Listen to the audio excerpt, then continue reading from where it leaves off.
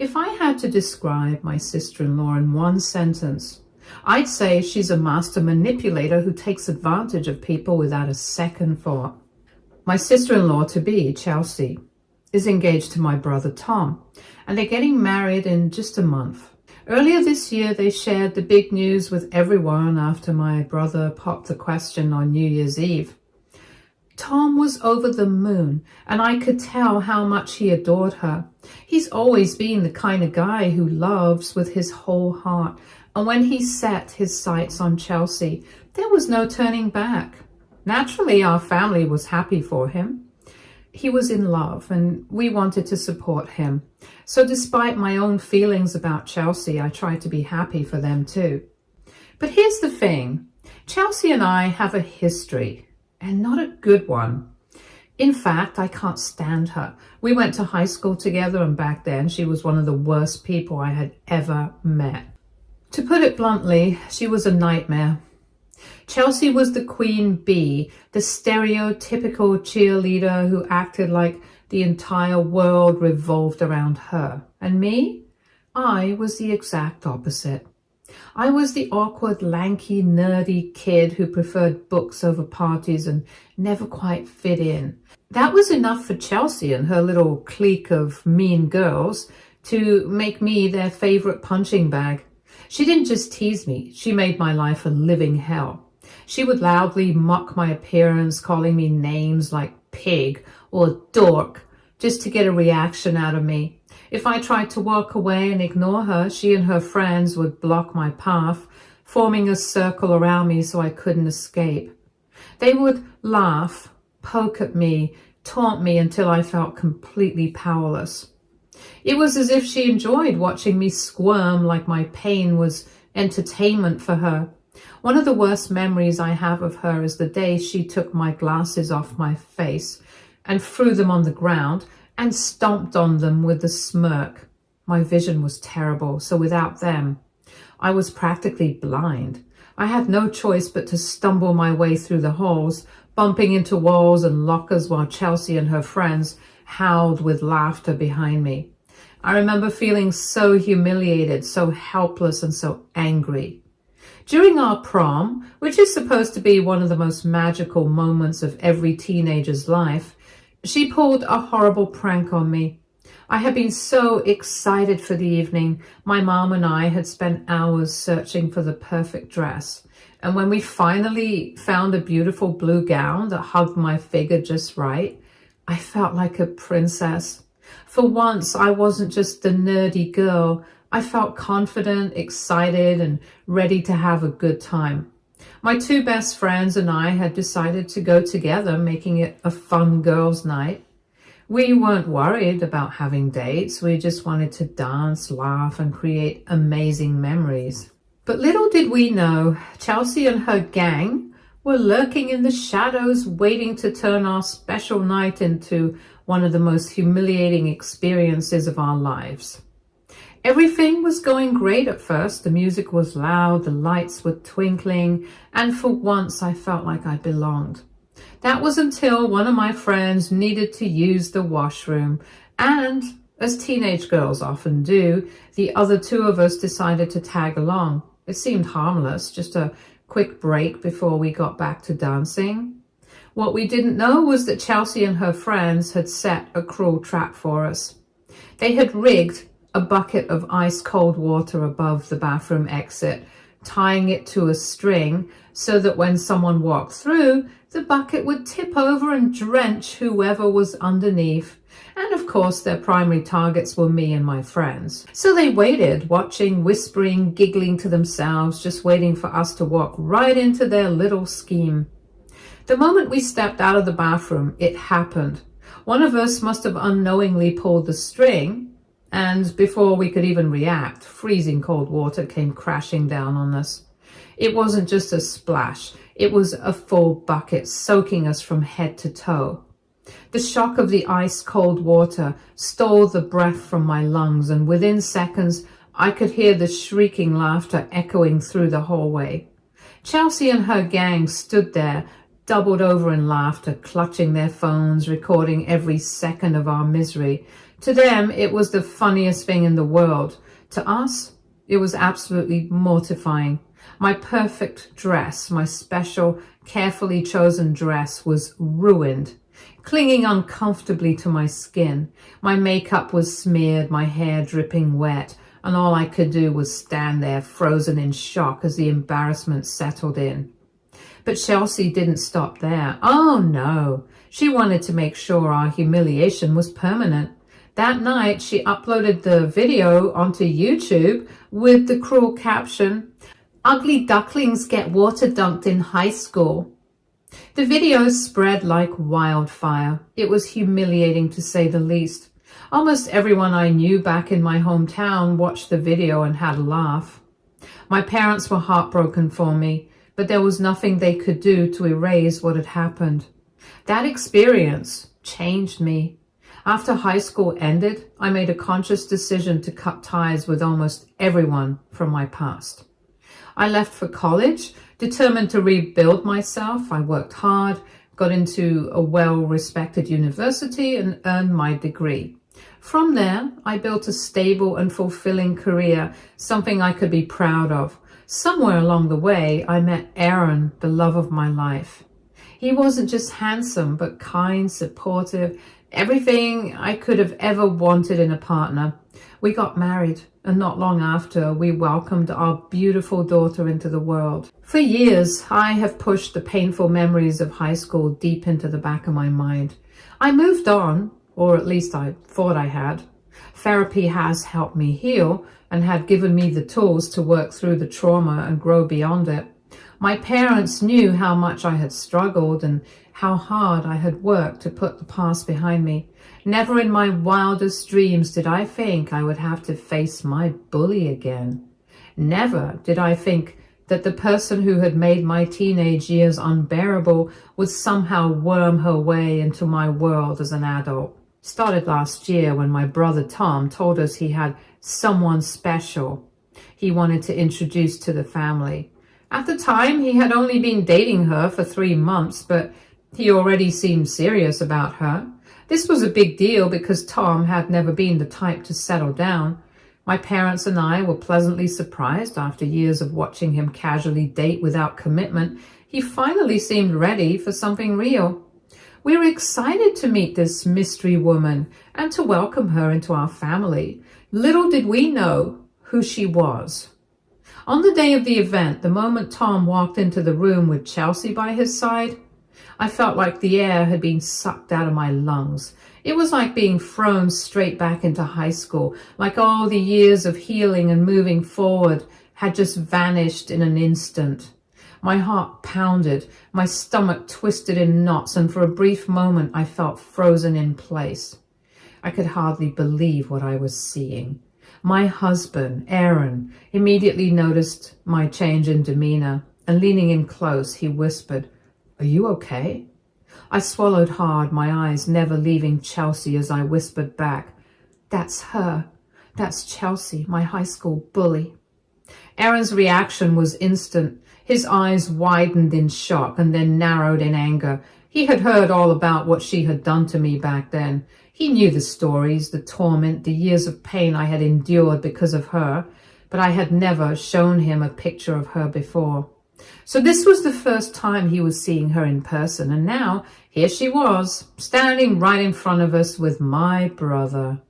Tom, completely unaware of the tension building in the room, started making his way around, introducing Chelsea to everyone, and when they finally reached me, he smiled and gestured toward her. "This is my girlfriend, Chelsea," he said proudly. Chelsea, looking polished and confident as ever, extended her hand towards me, offering a polite smile. It was almost laughable how she stood there acting like we were strangers, as if she hadn't spent years making my life miserable. I didn't take her hand. Instead, I glared at both of them before turning to Tom, my voice sharp and filled with disbelief. "What are you doing with her?" Tom's smile faltered, his brow furrowing in confusion. "What?" he asked, clearly not understanding why I was reacting this way. I let out a bitter laugh, shaking my head. "Are you serious? Her?" I pointed at Chelsea. "You're dating her?" Tom looked between the two of us, trying to piece things together. "What's going on?" he asked again, his confusion growing. I didn't hesitate. Loudly, so there was no room for misunderstanding, I said, "Tom, remember when I was bullied in high school? She was my high school bully." Tom blinked in shock and turned to Chelsea, searching her face for an explanation. Chelsea looked a bit confused, and then suddenly her eyes widened as recognition hit her. "Oh my God," she gasped. "It's you! I had no idea that you were Tom's sister." I scoffed, folding my arms. "Yeah, well, I am. What the hell are you doing with my brother?" Tom, still looking completely lost, turned from me to Chelsea. "Wait, what?" he asked her. "What is she talking about?" I didn't wait for Chelsea to answer. Instead, I looked straight at my brother and said, "This is the same girl who made my high school years hell. She bullied me. She humiliated me. She made me cry almost every single day." Chelsea, to my surprise, suddenly launched into a string of desperate apologies. "I swear I didn't know," she insisted, her voice urgent. "Tom, I had no idea she was your sister." She then turned to me, her hands clasped together as she pleaded, "I'm so sorry. I was young and stupid, and I wasn't thinking. If I had known you were Tom's sister, I cut her off with a bitter laugh. "Oh, so if you had known I was Tom's sister, then you wouldn't have bullied me? But since I was just some random girl, it was perfectly fine to treat me like garbage." Chelsea's face paled. My parents, who had heard me talking, suddenly quipped, saying that they remembered Chelsea now that I had mentioned the past. "This is why you looked so familiar when you walked in," my mother said. My parents knew exactly how much I had cried because of Chelsea and her gang of girls bullying, as she had called to school multiple times and had even talked with Chelsea's parents to try and resolve things. This is when Tom finally understood. He had always known that I had been bullied in high school. He wasn't oblivious to the struggles I had faced back then. But because he was 4 years older than me, he had already graduated before I even entered high school, so he had never seen any of it firsthand. Of course, he had no idea that it was his Chelsea who had put me through all that. Whether she truly hadn't realized I was his sister, or she was just pretending to be clueless, one thing was clear. She had never told Tom anything about the kind of person she had been back in high school. I was certain that even if she had recognized my last name, she wouldn't have admitted to him that she was a former bully. After all, who would proudly confess to tormenting their classmate, especially when their victim turned out to be the little sister of the man they were currently dating? With a dazzling fake smile plastered across her face, Chelsea said, "You know, I've always wondered where you've been all this time. And I'm just so happy that we finally have a chance to reconnect. I genuinely like your brother, and I really hope that we can get along." I wanted to laugh in her face.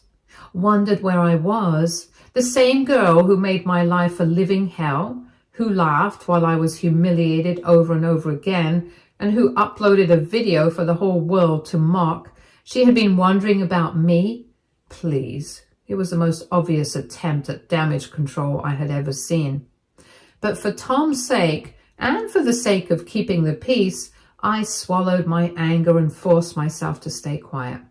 The rest of the lunch was just as infuriating. Chelsea was trying to effortlessly paint herself as the sweetest, kindest, most innocent person in the world. My parents seemed cold with her, as they knew exactly how much I disliked her. After the event, Tom called me later to talk. He told me that Chelsea had told him everything, and while he was sorry I had gone through a difficult time in high school, he still hoped I could be cordial with her now that she was his girlfriend. He went on and on about how much he liked her and how she had grown up from her immature high school days. I told him that while I was happy for him and hoped she had genuinely changed, I still wasn't entirely comfortable with him dating her, considering how miserable she made my high school experience. I recounted the many incidents she had put me through, but instead of sympathy, my brother just snorted and told me to get over it. He pointed out that high school was years ago and that I was no longer a helpless teenager who could be bullied. Rather than dwelling on the past, he said, I should let it go and be polite to Chelsea. He assured me that he had spoken to her as well and that she was ready to move on and that she was actually excited to get to know me after all these years. Looking back, I suppose the right thing would have been to put my foot down and refuse to talk things out with Chelsea. But seeing how much my brother cared for her, I didn't want to create unnecessary drama, especially if she was going to be a serious part of his life. So I agreed to stay cordial with her. Since then, Chelsea and I have always been polite to each other. She can be a bit too friendly at times, but I make sure to maintain my boundaries and never let myself get too close. However, this year, after they announced their engagement, Chelsea personally reached out to me to ask if I could be one of her bridesmaids. Given our history, I never expected that. She said that I was the only person she knew from childhood and that it would mean so much to have me by her side on her big day. I'll admit I was taken aback. It seemed like she was finally making an effort to mend things between us. And despite my lingering resentment, I decided to be the bigger person. I accepted the offer, thinking that maybe, just maybe, this could be a fresh start for both of us. But I was so wrong. The moment I agreed, it was like I had unknowingly signed up for a full-time, unpaid job with the world's worst boss. Chelsea turned out to be a complete bridezilla. She expected me and the 3 other bridesmaids to be at her beck and call day and night. Didn't matter that I had a full-time job and a family of my own. In her eyes, her wedding took priority over everything. Every other evening, she insisted we meet up for brainstorming sessions about her wedding, as if it were a billion-dollar corporate project rather than a one-day event. She constantly changed her mind about everything, the flowers, the seating arrangements, the color scheme, and expected us to entertain her endless indecisiveness. But the worst part, the weekends. Every single weekend. Instead of enjoying my well-earned rest days, I was dragged to countless wedding venues because Chelsea could not make up her mind. One place was too big, another was too small, and the next one had weird lighting, and the one after that had ugly chairs. It was an endless cycle of nitpicking and second-guessing, and every time she found something she did like, she would change her mind and next week and make us start from scratch. Then came the bachelorette trip. Chelsea announced, not asked, that she expected us to take her on a lavish trip abroad. Not a weekend getaway, not a fun road trip, an international vacation. I knew the other bridesmaids weren't as financially stable as I was, so naturally, the responsibility of booking flights and accommodations fell on me. Chelsea reassured me that everyone would send me their share of the money later, and after a long discussion about destinations, we finally settled on a resort that she picked herself. Trying to be a good sport, I went ahead and made the bookings. I shared the details in our group chat, and at first everyone seemed thrilled about the trip. For weeks, I expected everyone to pay me back their share for the trip, just like we had discussed before I booked for everyone. But no one did. Every time I brought it up, I was met with excuses, delays, and outright avoidance. It was beyond frustrating. One bridesmaid told me her cat was sick and that she had to cover vet bills first, but she promised she'd pay me back after her next paycheck. Another bridesmaid admitted that she just didn't have any extra money at the moment and would pay me back in installments, which, given her tone, sounded more like a vague possibility than an actual commitment. And Chelsea, she was the worst of them all. She either ignored my messages completely or gave me the same tired response. I'll send it next week, don't worry. But every time next week rolled around, she had a new excuse. She was too busy, she forgot, or she just didn't respond at all. At first, I tried to be patient. I wanted to believe that she and the others would follow through. But as the weeks passed and the deadline for the trip got closer, I realized that I was being taken advantage of. Again. So this week I finally put my foot down. I messaged Chelsea directly, firmly reminding her that she still hadn't paid me back and that I needed the money now. And that's when she exploded. Out of nowhere, she started yelling at me over text, ranting about how she wasn't a beggar and that I had no right to keep pestering her for money every day. She accused me of being overbearing and too demanding. And then the cherry on top, she had the audacity to say that as her bridesmaid, I should gladly cover the cost of her trip so that she could go for free. I was stunned. I immediately shot back, telling her that this wasn't some casual dinner or a spa day in the city. This was an international trip that cost a lot of money. I had planned everything to match her preferences, and I had been more than patient, waiting for her to pay me back. I reminded her that she had chosen an expensive resort and that I had booked it just for her because she had insisted on it. But Chelsea did not care. Instead of acknowledging how ridiculous she was being, she doubled down, telling me that I was being stingy and that if I was truly a good bridesmaid, I would be gracious enough to just cover the cost and not make such a big deal out of it. At that moment, it became crystal clear. Chelsea had never planned on paying me back, not a single dime. She kept yelling at me, claiming that I was ruining her dream bachelorette by arguing over money. She called me a party pooper for standing my ground and insisted that I was making a big deal out of nothing. She even went as far as pointing out that I was financially well off, so I could easily cover the entire trip out of my pocket, implying that I was just being selfish by expecting her to pay her fair share. That was it for me. I told her straight up that regardless of how much money I had, it didn't mean she was entitled to anything for free. My financial situation wasn't her personal piggy bank, and I wasn't about to let her walk all over me like she used to in high school. And then she lost it. She screamed that she had changed her mind. She no longer wanted me as her bridesmaid. And just like that, she fired me from a role I hadn't even wanted in the first place. But the real kicker? She then informed me that she and the other two bridesmaids would still be going on the trip without me. I literally paid for the entire trip with my own credit card, and yet this girl had the audacity to disinvite me from a trip I had fully funded? The nerve. I was so furious I could feel my hands shaking, but instead of arguing further, I just cut the call. I knew if I kept talking, I'd say something I might regret. Not because she didn't deserve it, but because I refused to stoop to her level.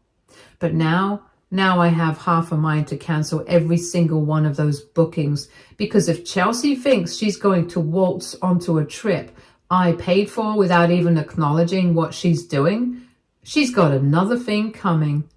AITA Update 1. Chelsea really thought she had me wrapped around her finger. She thought she could use me to pay for her dream bachelorette trip, kick me out as her bridesmaid, and still go on the trip like nothing happened. Absolutely not. I'm not the same girl from high school that she could walk all over. And thanks to everyone's advice, I went ahead and canceled the entire trip. Every single booking. I wasn't about to let Chelsea and her little crew go on a fully paid vacation at my expense. And I made sure she knew exactly why. I dropped a message in the group chat informing them all that since Chelsea had removed me from her bridesmaid group, I had decided to cancel the trip. I worded it carefully so that Chelsea couldn't twist the story and play the victim. Then, without waiting for their reactions, I left the group chat. It took less than an hour for Chelsea to completely lose it. My phone wouldn't stop ringing, call after call, all from her. And when I didn't pick up, she switched to texting nonstop. She was furious. She sent me multiple messages about how I had cancelled her bachelorette without consulting her first, as if she still had any authority over me. She called me every name in the book, accused me of ruining everything, and made it very clear that she now hates me. She swore she would talk to my brother and make sure I was disinvited from their wedding. I just sat and laughed, looking at her messages, because at this point, she's only proving exactly who she is. I took screenshots of every single message, every insult, every threat, all of it. And honestly, I'm seriously considering exposing her. She spent her whole life getting away with using, manipulating, and bullying people. Maybe it's finally time for her to face some consequences. Update 2. Today, Tom called me up demanding to know how I could do this to Chelsea. He went on and on about how much I had hurt her by cancelling the trip, how she was so upset, and how she felt like I was deliberately trying to sabotage her life. I actually laughed at that. I asked him, "Explain to me how exactly I'm sabotaging her life by not paying for a trip that she expected for free, by not rolling over and taking her abuse, by refusing to be her personal doormat." And of course, he had nothing to say to that. Instead, he doubled down, saying that as her bridesmaid, it was my duty to listen to her because she was the bride. Excuse me, my duty? I reminded him that I never asked to be her bridesmaid. She was the one who invited me into this mess, and I tried to be civil for his sake. I tried to be helpful, but Chelsea took advantage of that kindness and turned into a full-blown bridezilla, demanding I cater to her every whim, constantly expecting me to drop everything for her, and then trying to force me to pay for an entire trip abroad without ever intending to pay me back. Tom then pulled the most ridiculous argument yet. He said, "Well, if you were so upset about the trip expenses, you could have just talked to me. I would have paid for it out of my own pocket." And that's when I shut him down. "Great. So why don't you go ahead and pay for Chelsea's bachelorette trip now?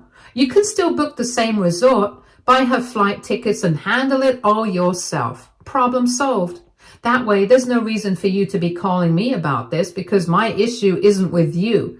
It's with your fiancé, who tried to bully me into giving in to her ridiculous demands." He tried to argue that I was being difficult for no reason, and that as his sister, I should be more supportive. I told him flat out that I had been supportive, more than she deserved, but that doesn't mean I have to let Chelsea use me. Honestly, I just feel like at this point, Tom refuses to see the giant flashing red flags Chelsea is waving in his face. She doesn't deserve him at all. He's the only one paying for this entire wedding. My parents have refused to contribute. Chelsea's parents can't afford to help, and Chelsea herself doesn't even have a job. So my genius brother is out here shouldering the cost of an extravagant wedding while his fiancée acts like an entitled brat and expects other people to fund her lifestyle. Update 3. This week has been exhausting. After my brother called me, Chelsea decided to escalate things even further, and she sent me a voicemail. And let me tell you, it was pure evil. At first, she just repeated everything Tom had already said, how I had hurt her, how I was ruining everything, and how I should be ashamed for trying to sabotage her life. But then her tone changed. She dropped the act completely and said something that made my blood run cold. "Once I'm officially part of the family, I'm going to make your life hell, just like I did in high school." And then she added, "If you want to play this game with me, guess what? I can play it better than you."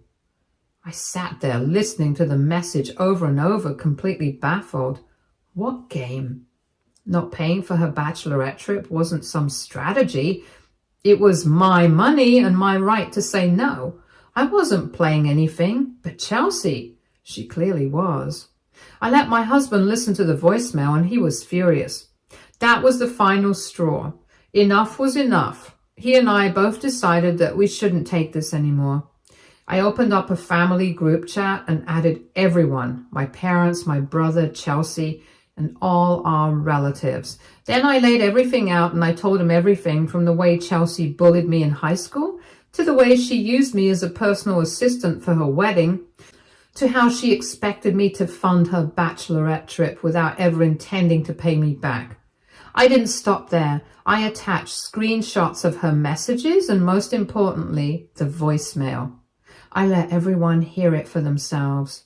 The reaction was immediate. People were furious. My parents were especially disgusted. My mom called Tom immediately and told him they would not be attending the wedding. She also told him that if he actually went through with this wedding, despite everything Chelsea has done to me, then he might as well be out of our lives. As for the rest of the family, they're completely on my side too. Even the relatives who usually stay out of drama are now dropping out of the wedding and want nothing to do with the both of them. At this point, I can only hope that this finally makes Tom wake up, because if he doesn't, he's going to learn the hard way exactly who he's marrying. Stay tuned for more stories from our girl relationships.